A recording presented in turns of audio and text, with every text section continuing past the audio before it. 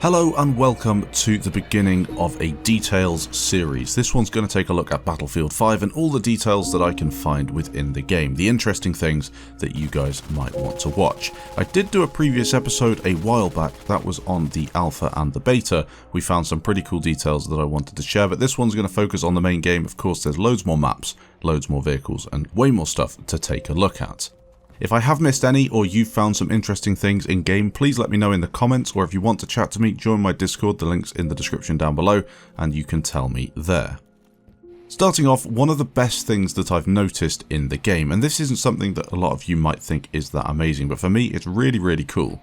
If you're playing on a map such as a RAS or Twisted Steel, where there's a lot of grass areas around, and you're running through the grass and then an explosion happens in front of you, you will notice the Shockwave push the grass back. I've got some examples in the background here. It's really cool, and it's one of those things that you don't really notice that much, even though the physics and attention to detail is so high. This is because this sort of stuff is normal to you in real life. It's deep in your subconscious and you don't realise that it's actually happening in game because it just seems normal. That is the key to having a really immersive and good game. We had it a lot in BF1 and it's awesome that it has returned in Battlefield 5. There is a piano on Devastation of Rotterdam that when you shoot with your weapon or you throw a grenade at, it'll make the same sort of noise that you'd expect from a piano. A nice little feature. I think this links to Saving Private Ryan, albeit not strictly the same location. Next time you see it, run up to it and have a play.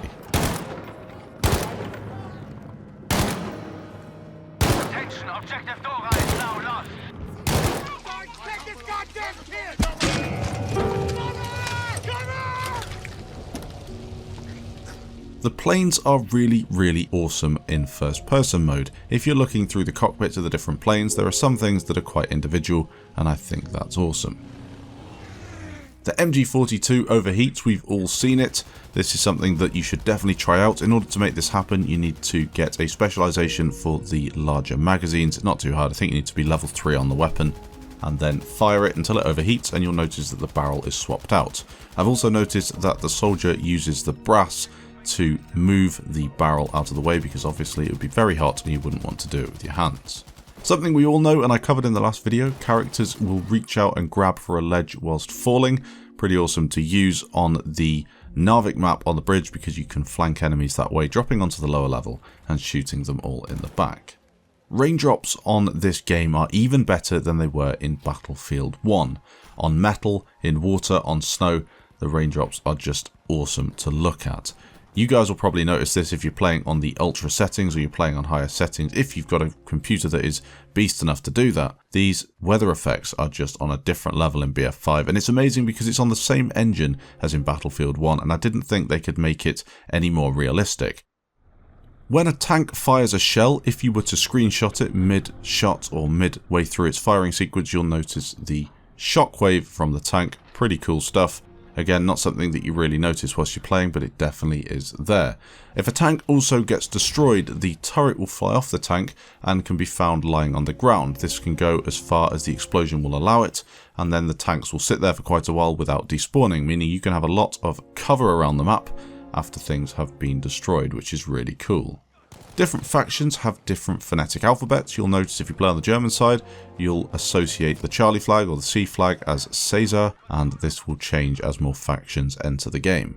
The V1 rocket, this is something someone mentioned on my previous episode, and it's more of a fun historical fact. When the V1 flies towards you, or the JB2 rocket, depends on what side you're on, you will hear a large buzzing sound. It's the engine as it flies towards you and works out where it's going to drop. It will then run out of fuel as the engine cuts out, and that will then cause the V1 or the JB2 to drop towards Earth and explode on impact. I think it was actually supposed to explode just before hitting the ground, but I'm not exactly certain on that. The reason the engine stops on its target is because the fuel was accurately calculated, meaning that the rocket would run out exactly at its destination.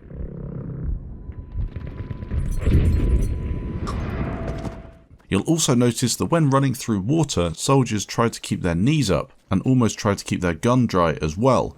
I've got a clip of this in the background. You will notice it now I've told you as you start watching these soldiers try and run through the water properly instead of just having the same running animation. Just a short one today with some details that I've noticed in the game so far. If you've noticed anything different, let me know in the comments. Easter eggs, details, anything interesting that might make for an interesting video. Thanks for watching, and I'll catch you in the next one.